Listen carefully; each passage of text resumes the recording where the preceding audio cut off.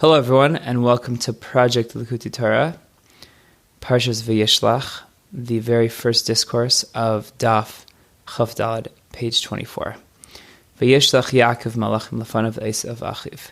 And Yaakov sent messengers before himself to Esav, his brother. Now it is known that Yaakov's soul is rooted in the name Ma of the world of Tikkun. And Esav's soul is rooted in the world of Tohu. These lights of Tohu were very great and were unable to become integrated into the limitations of Tohu. So they left that system of Tohu, and these lights are called Makifim. And the fragmented remains of that system, they fell down below to this world. Now, moving along. Now, Yaakov thought that Esav had already been refined and had returned to his soul's exalted root in the Makifim of Tohu that precedes Tikkun. Therefore, Yaakov sent Malachim Lefanav, messengers before himself. What does it mean, Lefanav? Lefanav Mamish. It's actually before him, a level that's before him, meaning to a level which is higher than his own level. So what does it mean, Lefanav? It means El Esav Achiv Seira. It is Esav, his brother, in Seir, which is the level of Malchin Kadmain de Tohu, the ancient kings of Tohu, which is the level of Makifim, these level of Makifim encompassing lights of Tohu that we mentioned previously. Now, in order to draw these level of Makifim of Tohu, and to draw these levels into himself in the world of Tikkun, which is the level of Or Pnimi, internalized light, so that the Or Makif can shine into the internalized light, this Or Pnimi, and become unified. Therefore, Yaakov commanded the messengers that Kai Soimrim Ladini LaEsav, so shall you speak to my master, to Esav, etc. In Lavan Garti, that I lived with Lavan, Vayishlach Yaakov, and I had oxen and donkeys, etc. Meaning that he notified him that the process of Tikkun, of Atzilus, had been completed to perfection. For all the levels of the world of Atzilus, which corresponds to the idea of Shor, V'chamor, Tzayin, V'eved, V'shivcha, etc., ox, donkeys, sheep, slaves, and maidservants, etc., were all sorted out and refined by the name of Ma, of Hashem's name, 45. And this is the meaning of Vahi Li, etc. I had oxen, donkeys, etc. And all of this came because Im Lavan Garti, because I lived with Lavan. What does that mean? That I lived at the level of Levin Elyon, this supernal whiteness, from which Yaakov, which is a man who represents Atzilus, drew these ultimate influence from this essence of Hashem, which is Levin Elyon, in order to effect refinement and rectification for everything in the world. And therefore, since the job of Tikkun of the world had been fulfilled to perfection, from that point the world became fit to contain the Makifim of Tohu, the encompassing lights of Tohu. For if the Tikkun was not completed to perfection, it would not have been possible to draw down the Makifim, these encompassing lights, as it is written in the Zohar, Deles birchasa sharya basari kanya chule. The blessing does not vest itself in an empty space, rather basar shleim, in a place that is complete. Now, however, once the Tikkun was completed and perfected, the world became asar shleim, a perfected place, in which it was fitting to draw down these Makifim Elyonim of Tohu. Therefore, the verse continues, that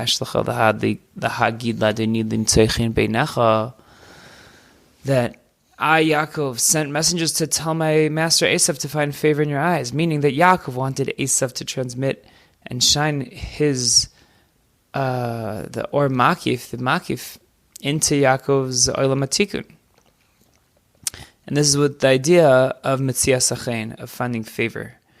Meaning that since Vahi L'Shorva Chamor, since I had spiritually transformed and elevated even my oxen, donkeys, and livestock, etc., which caused that darkness is transformed into light, Ishabcha Chashich L'Nheira, the world of Tikkun, this makes it truly an Asar Shlim Mamish, a perfected place.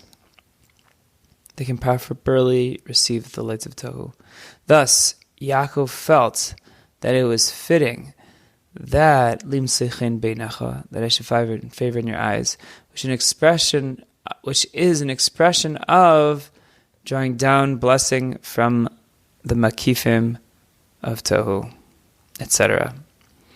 The next paragraph, moving along, Vayeshuvu, the verse continuing verse says, Vayeshuva hamalachim el Yaakov lemor, and the messengers, these angels, returned to Yaakov saying, Banu el achicha Esav, we met your brother Esav, v'gam hoilich likrascha, and he is also coming to you.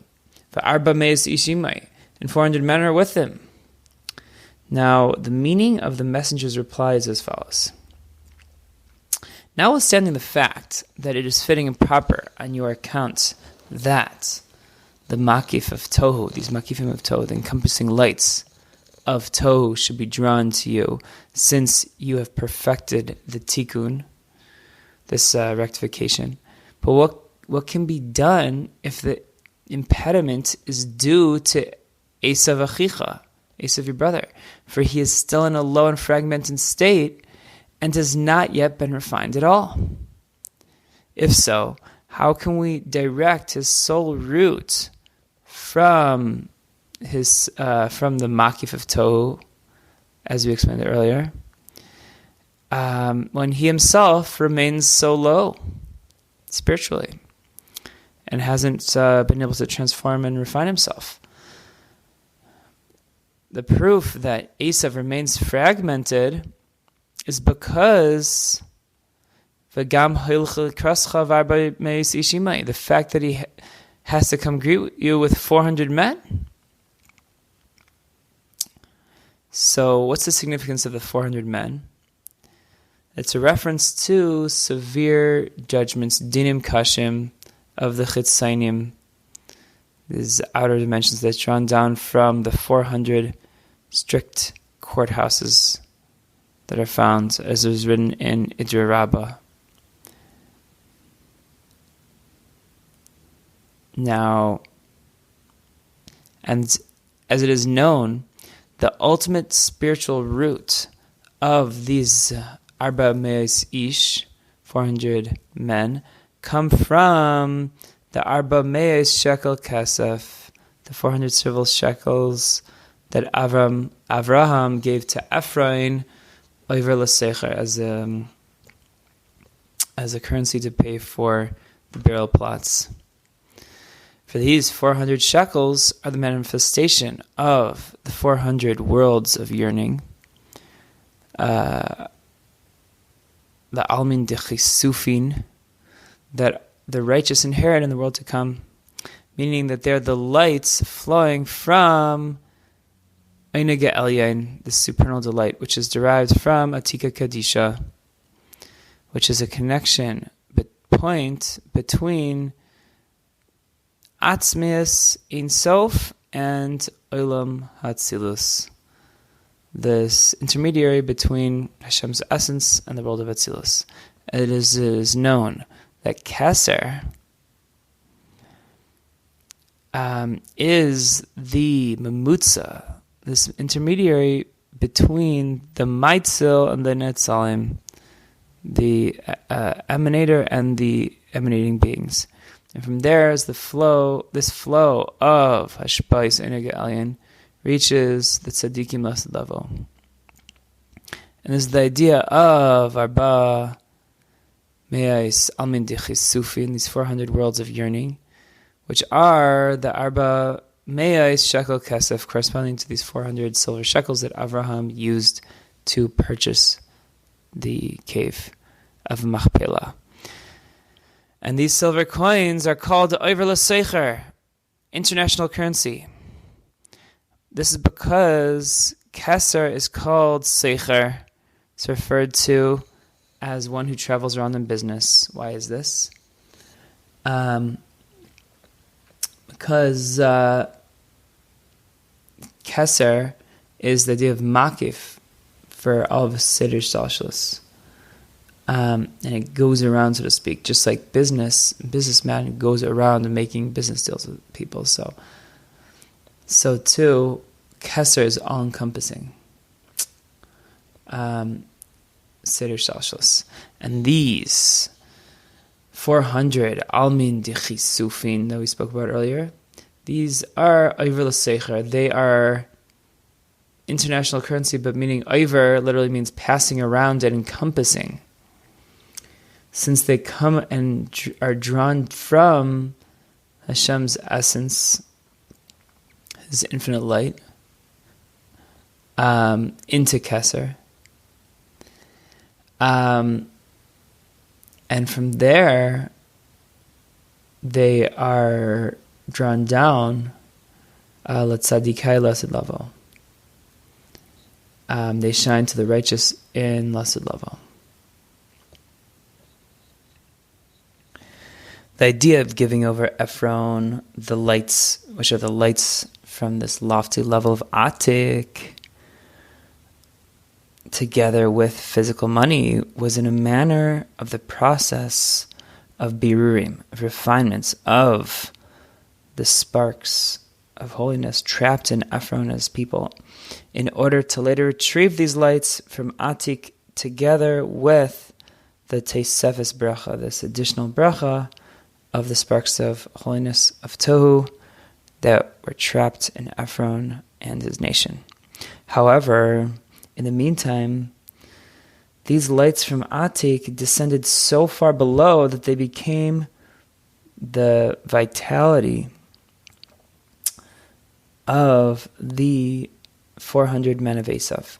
And this is the level of Sak.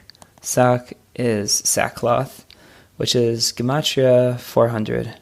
As it is written, Al B'Shamayim Kadrus V'Sak Asim Ksusam. I will clothe the heavens in darkness and place a sackcloth as their covering. And similarly, our sages said, the Torah, Chageres Sak, and the Torah girds itself with a sackcloth, meaning that the Torah has superficial garments from which the external forces are nourished. Now moving along, in the future, La'asid Lavo, when the elevation of sparks is complete, and Bila Mavis and Netzach from Zechariah, death will be eternally swallowed up, and Ruach HaTuma Avir Minaretz, and the spirit of impurity will be removed from the land, then Ephron will return the 400 silver shekels, which is symbolically represents the lights, the earth of the world of Atik, to the spiritual source in the realm of Kedusha, complete holiness. Now from that point, it became clear to Yaakov that it would be impossible for Esav to direct a flow from Makif of Tohu to Yaakov, as he requested, since Esav himself was in a low state, and there's no solution other than to have Yaakov himself draw down this Makif, this Makif light. And to this end, when Yaakov realized that he would have to draw down the Makif, this Ohr Makif, in his own, then he had to apply his own efforts in order to draw down the Makif Since ruach eisi ruach, that a spirit brings another spirit and draws down a spirit. In other words, for Yaakov to bring down the Or Makif of Tohu, he needed to make a corresponding elevation from below, but in the manner of Tohu.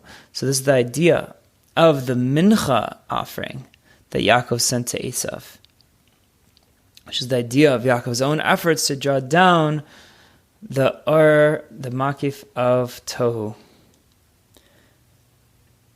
Now, therefore, Yaakov sends camels, even though they are unkosher animals, because from the perspective of Makif, or Makif, Kachashecha Ka'ora, so it says in Tehillim, that darkness is the same as light. And it will be explained later on with Hashem's help regarding the idea that Yaakov V'yikach min haba biyadai mincha, that Yaakov took from what he had acquired and brought a mincha offering to Esav. Okay, next paragraph. In Yaakov, V'yamer Yaakov Elokei Avi Avraham. Yaakov said, the God of my father Avraham, and the God of my father Yitzchak, Hashem, who said to me, return to your land and to your birthplace, that I will do good to you. V'tiva yimach. Katointi mikol chasadim. I have become small from all the kindness and from all the truth that you rendered your servant. For with a staff I crossed this Jordan, and now I have become two camps. Now deliver me from the hand of my brother, from the hand of Esav, for I am afraid of him, lest he come and strike me, and strike a mother with children. And you said, meaning Hashem said, I will surely do good with you. Hitiveti vimach, and I'll make your seed as numerous as the sands, because of the sea, sand of the sea, which cannot be counted because of multitude. Now, what does this whole series of verses mean? That Yaakov prayed to Hashem that these makifim of Kedusha, these holy makifim,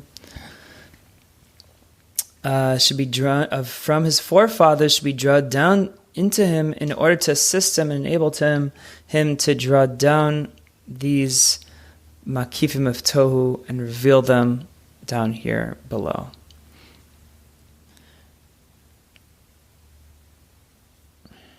In this way, Yaakov would also be saved from Esav, as he requested, Hatzileni na miyad Esav, that please save me from the hands of my brother Esav, referring to Esav down here below. Okay, next paragraph reads, Vayachatz esa'am, etc., that he split a group of people, Lishnei machanes, into two camps. So what's this whole idea of splitting into two camps? The reason Yaakov split his family into two camps can be understood by prefacing the difference between Tohu and Tikkun, these two different worlds. In the world of Tohu, the spheres were separated, one beneath the other.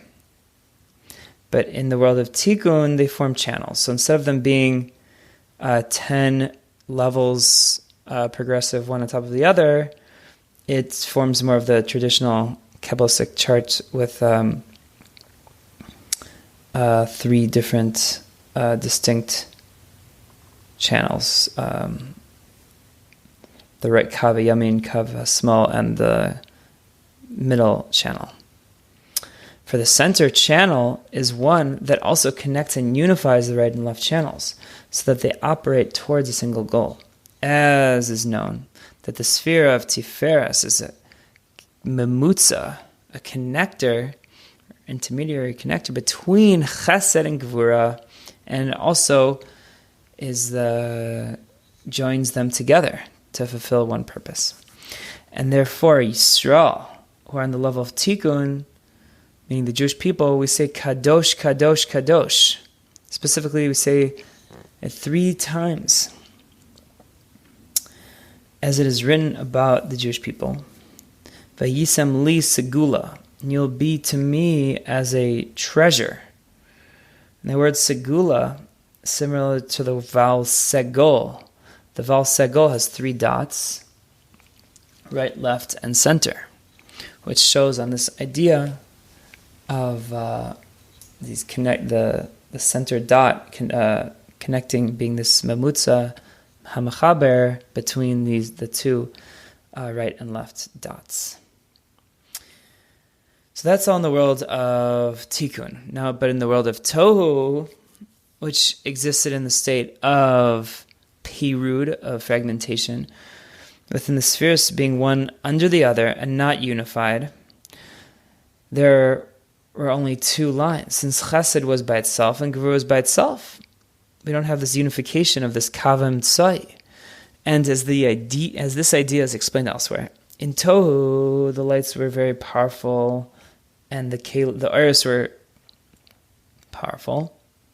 They were merubim, and the kelim are mu'atim, very weak. So therefore, due to the weakness of the kelim in comparison to the iris, the kelim were unable to contain these 2 opposing forces of chesed and gevurah together.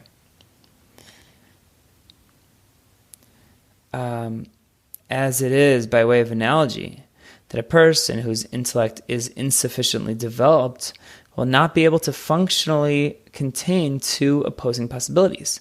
Rather, if his mind will lean towards a favorable judgment, he'll be unable to comprehend any reasoning to support a guilty verdict, and he will not tolerate any emotional draw towards a guilty verdict in his heart, instead only accepting goodness and kindness. And the opposite is also true. If he would be leaning intellectually and emotionally towards a guilty verdict, he would not tolerate any possibility of a favorable verdict. Thus, he is only ever operating according to one channel or set of principles. At times, the right side is in favor, the chesed, be stronger. At other times, the gevurah, for a guilty verdict. So that's in the world of tohu. But in the world of tikkun, when there's this 3rd channel called tiferes that discerns between chesed and gevurah, so that also in a time of strict gevurah and dinim, judgment, there's a possibility to find favor, and vice versa. Since in tikkun the lights are diminished and the vessels are substantial, so the vessels are broad enough to contain 2 opposing approaches. So therefore it's possible to tolerate both. However, regarding Yaakov and Esav, where Yaakov had to draw to himself this makif, this or makif of tohu, meaning the unlimited light of tohu, Yaakov had to present an offering that reached that level of tohu. And it is known that any offering must match the characteristics of the level that is being drawn down, since the manner of the offering determines the hamshacha. That being the case, since tohu is only 2 lines, there's 2 kavin. As we mentioned previously, Yaakov had to establish himself in this way as well. And this is the meaning that Yaakov had to split his camp into 2. Vayachatz esa'am l'shnei machanos. In order to follow the pattern of the world of tohu, in which the spheres were set up one under the other. In this way, he connected to the world of tohu in order to draw down this or makif. And from this reasoning itself, it can be understood why Yaakov offered Esav a mincha of easy masayim, of 200 goats, since the function of this mincha offering was to draw down the encompassing light, this makif that we spoke about earlier. And this is similar to the concept of korbanos, which are an elevation of my nukvin, that elicits this drawing down of mein duchrin, as is known. Nevertheless, Yaakov's offering to Esav was not in accordance with the precepts of the Torah. Since korbanos are taken specifically from kosher animals that were slaughtered in a kosher way, however, although the slaughter of the sacrifice in the Beis Hamikdash is kosher when performed by even a non-Kohen, but we do not find a korban in the Torah that is offered from a living animal except in the case of the goat that was sent to Azazel on Yom Kippur. Now also, when korbanos were brought, only the fats and blood were offered on the Mizbeach. But this mincha that Yaakov sent to Esav included also non-kosher animals. As the verse states, Gemalim meinikois, nursing camels. Likewise, they were alive and not slaughtered. Now the idea is as follows. Because the halas mainukvin, this elevation which was Yaakov's offering, served to draw down the mein duchrin from the level of makif of the world of tohu, and the elevation and corresponding the mein nukvin and the mein duchrin of the world of tohu are different from the elevation and corresponding drawing down of the world of tikkun, which is accomplished through the korbanos that I mentioned in the Torah. Since the Torah is derived from the world of tikkun of Atzilus, as it is written in Eitz Chaim, that in tikkun the lights are ha'eres mu'atim, the lights are lessened. Thus, the Torah that is derived from them deals with particularities and limitations, i.e. precise details and intricacies. Therefore, the Torah explicitly discussed the order of elevation to tikkun with all of its precise laws, which govern the korbanos, that they be from kosher animals and from only 3 specific types of animals, cows, sheep, and goats. They'd be slaughtered prior to being offered, and that there are many details that could invalidate a korban. Similarly, regarding how and what the offering must entail, there are many sacrifices, since the entire Torah operates in this manner in limits and parameters. It is derived from the level of tikkun, where the lights are condensed within the vessels. Therefore, the Torah is particular in many different limits and precise laws. However, Yaakov was causing an elevation of mein nukvin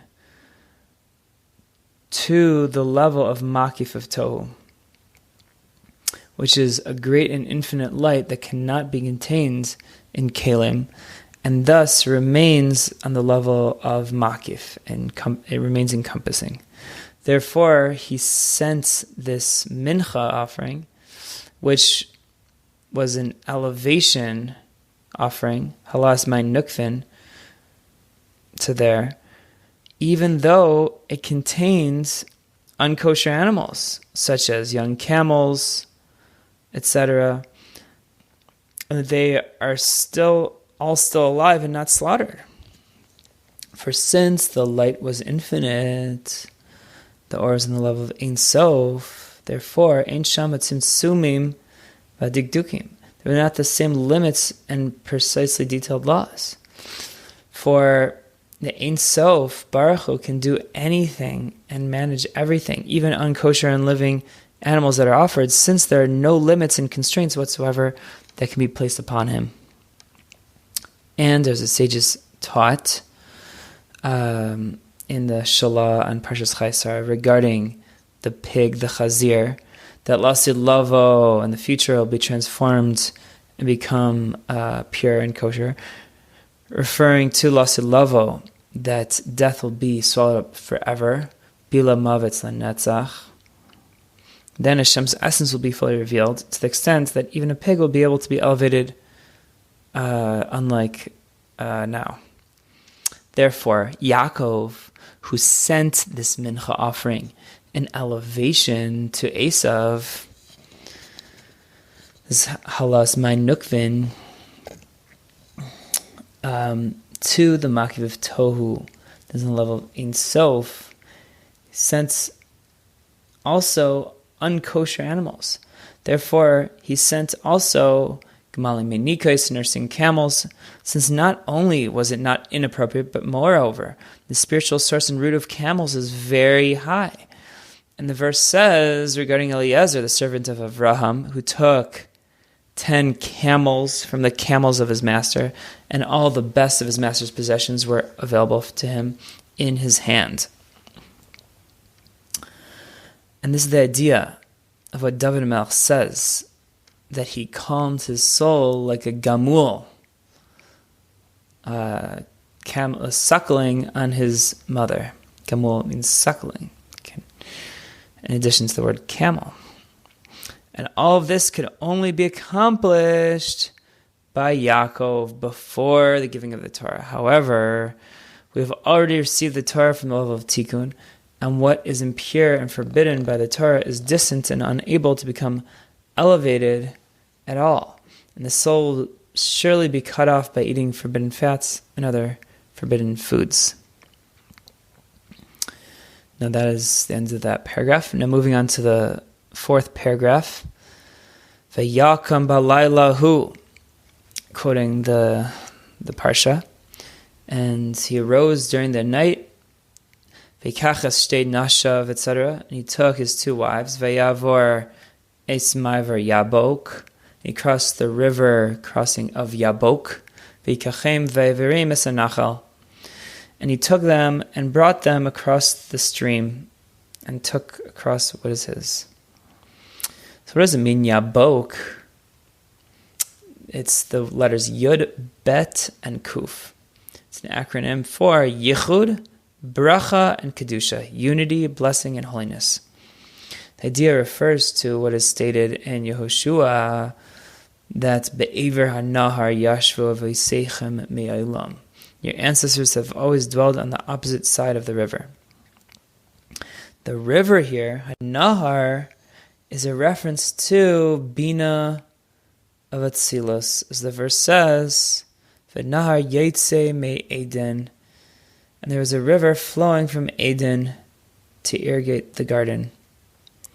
Now the spiritual source of the forefathers was Me'ever HaNahar, from the opposite side of the river, meaning from the level of Keser, which is above the river of Bina, the river that we mentioned earlier, which corresponds to Bina. However, even though the forefathers' spiritual source was in Keser, which is higher than Bina, the Avos came down and were lowered to the other side of the river of Bina, to the level of Zer Anpin of Atzilus. And when Yaakov wanted to draw down the Or Makif, this encompassing light of Tohu, above Atzilus, he had to first cross this aforementioned river and reach a higher level than Atzilus. And this is the meaning of Vayavor es ma'avar Yabok. He crossed the ford of Yabok, this river of Yabok. Since Yabok refers to the ideas of Yichud, unity, Bracha, and Kedusha, all of which represent the idea of Nahar, of this river, as we explained earlier. The river of Bina, through which flows all blessing, influence, and supernal unifications. As the verse states, V'nahar yetze me'edin l'hashkes tzagan. The river, which represented by Bina, flows out from Eden, which represented by Chachma, which represents Chachma, to provide water in Zer Anpin for the garden, which is Malchus. Now, Yaakov crossed over the river of Chachma and Bina, reaching the level above the river, then he was no longer distant from this Or Makif of Tohu, which is higher than Atzilus. And this is the meaning of Vayaver es asher lo, and he crossed over what was his. Everything that he rectified in the service of Hashem, he elevated to that level of Keser, which is above Chachma and Bina Vatzilus. However, Yaakov himself remained below, as the verse states, and Yaakov was left there alone, since he wanted to repair Esav, who was still fragmented, as the messenger angels notified him, etc. And this is the idea of Aveik ish imoy, and the angel disguised as a man wrestled with him, as it is known. Now the next paragraph, Ulahavin. Now to understand the general idea of Yaakov's intent in drawing down these the encompassing lights of Tohu into the world of Tikkun, and also to understand the idea in our service of Hashem. It is known that Yaakov was the level of Tiferes, which joins two opposites, Chesed and Gvura, because the main function of Tiferes is to join two opposite forces together. Just like we find with regards to colors, that when you have two or three colors joined together, specifically when they're together, that's when it's considered beautiful. Now, and similarly spiritually, when these two spiritual forces join together of Chesed and Gvura, it can draw down and reveal Hashem's infinite light into this Kav HaMitzai, this middle channel, which includes Tiferes, the Keser Das Tiferes Yesod, Malchus.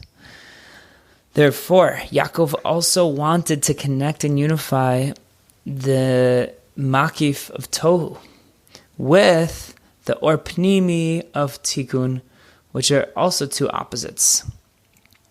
This would bring the revelation of Hashem's infinite light within a defined framework. Now, to explain this, we must first explain that there are two levels in the service of Hashem. The first is Avar Berishpe Eish, a fiery love, characterized by a great surge to leave the body and be like flames that rise upwards and try to separate from the wick.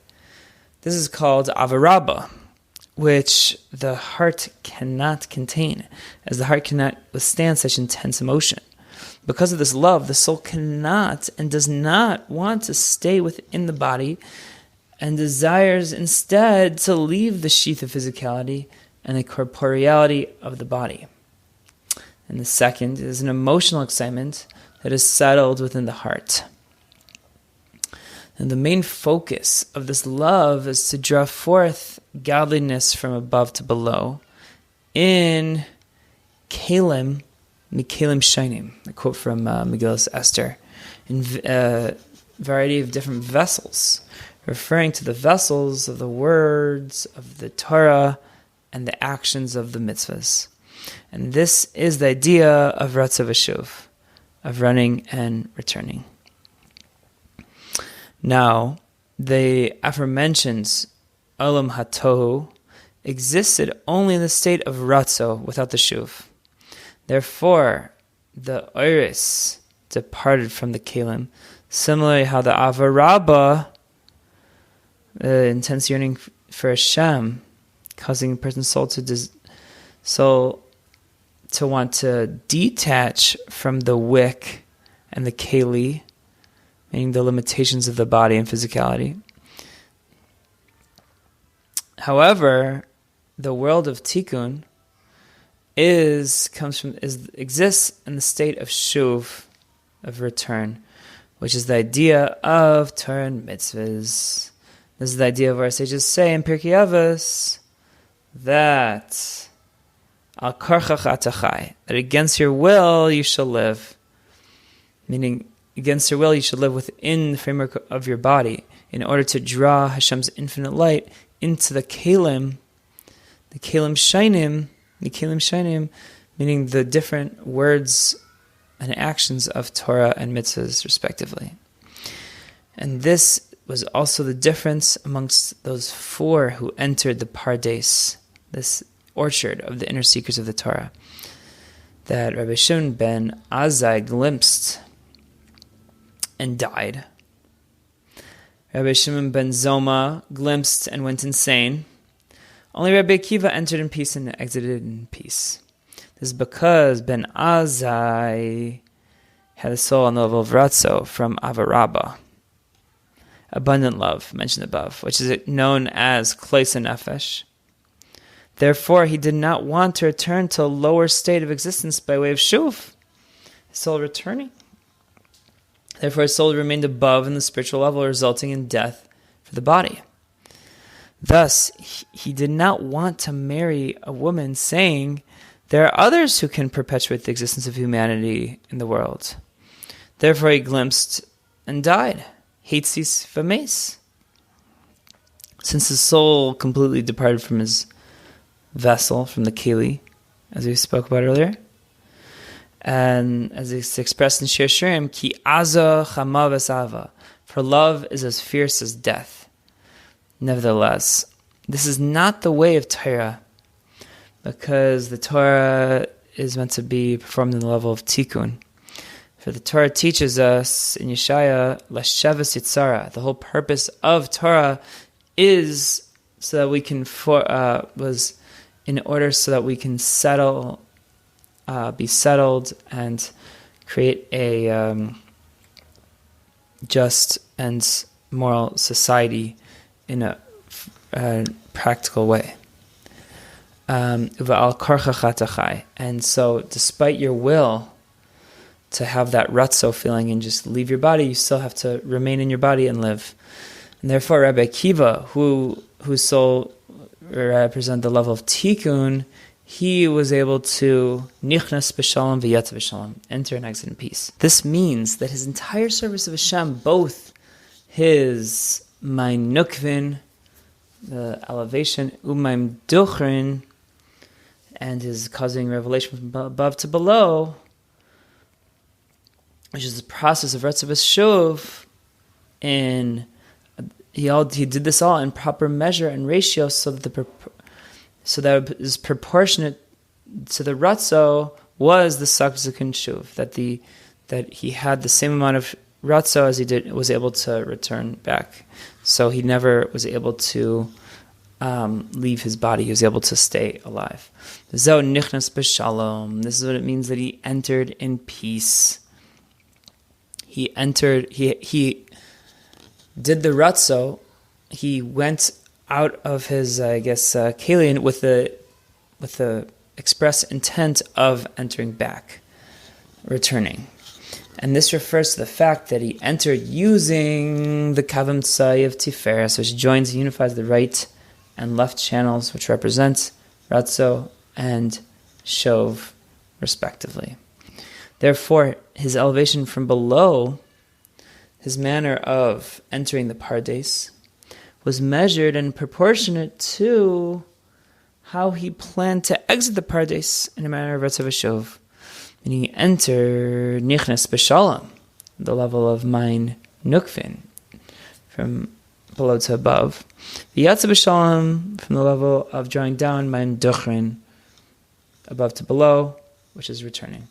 Unlike Ben Azai, whose soul was from the level of Tohu, for there are only two channels, as explained above, regarding Yaakov, that he split V'Yachatz Lishnei Machnes. He split it in two camps. Because of this, there was no balance and proportionate connection between his Ratzo and Shov.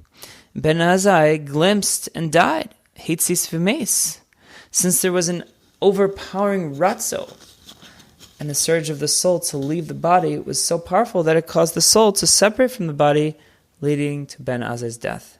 Therefore, Rabbi Akiva merited to be the source of the entire Torah Sheba'al Peh, as the rule that Stam Mishnah Rabbi Meir, Stam Sifra Rabbi Huda, V'chulhu Alibad Rabbi Akiva, that anonymous Mishnah is always attributed to Rabbi Meir, and anonymous Sifra is always attributed to Rabbi Yehuda, and all the words of the sages is based on the teachings of Rabbi Akiva.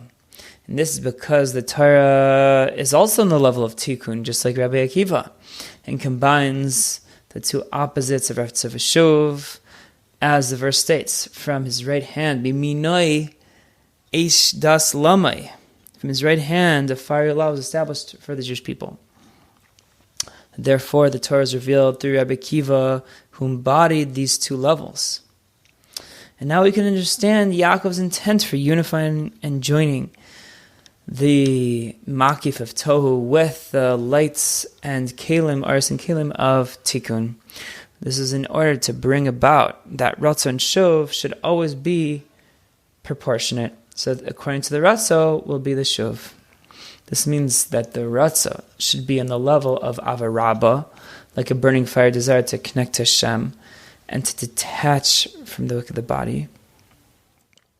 But nevertheless, this love will be followed by a Shuv La'achad, to returning to reveal the oneness of Hashem in the world, since Al Karchach Atachai, to draw down Hashem's infinite light into the world through Torah and mitzvahs, as is explained in the Tanya in chapter 53. And this is the unification and connection of the Makif of Tohu with the Kalim of Tikkun. This is the meaning of what is written with regards to Yaakov in Parshas Toldos, Vayavei lo yayin, and he brought wine to him. It says, Father Yitzchak, in order to receive his blessings. And the Zohar explains, Da'arme maya logoy chamra, that he mixed water into the wine, because wine symbolizes ratzeh, gevura, and desire, fire desire to connect to Hashem from below to above. And Yaakov arme maya, Yaakov mixed in water the idea of shov. Therefore, the word loy, veyavei loy yain, etc., it has a special cantillation mark. This only appears very infrequently in the Torah. It's called a mercha kfula. It's called a double mercha, double note, to represent the fusion of ratzo and shuv, this wine and water. Therefore, Yaakov was said to be shlimu da'avahan, most complete of the fathers, since he was like Avram Shiat Mimenu Yishmael. He was not like Avraham, from which Yishmael came about. This is because Avraham embodied chesed without limits, simple chesed, without any dilution, so to speak, undiluted chesed, and therefore his chesed extended too much, even to those who are unworthy, to the point that he requested from Hashem, Lu Yishmael Chulei, if only Yishmael would live before you. Because Yishmael represented chesed of unholiness. So, and at the same time, on the other side of the coin, Yitzchak Avinu represents Gvura, and the undiluted Gvura, so to speak. However, since Yaakov's sons, and so from Yitzchak, what did we get? We got Esav, who's an expression of Gvura within unholiness. However, since Yaakov's sons were all righteous, he was known as Shlimu Dechulhu, Shlimu Davahan, the most complete of the forefathers. He was able to unite the opposites of Ratzav Shov, this running and returning, as explained above. And that is the end of the mimer. I hope you enjoyed. Have a wonderful day.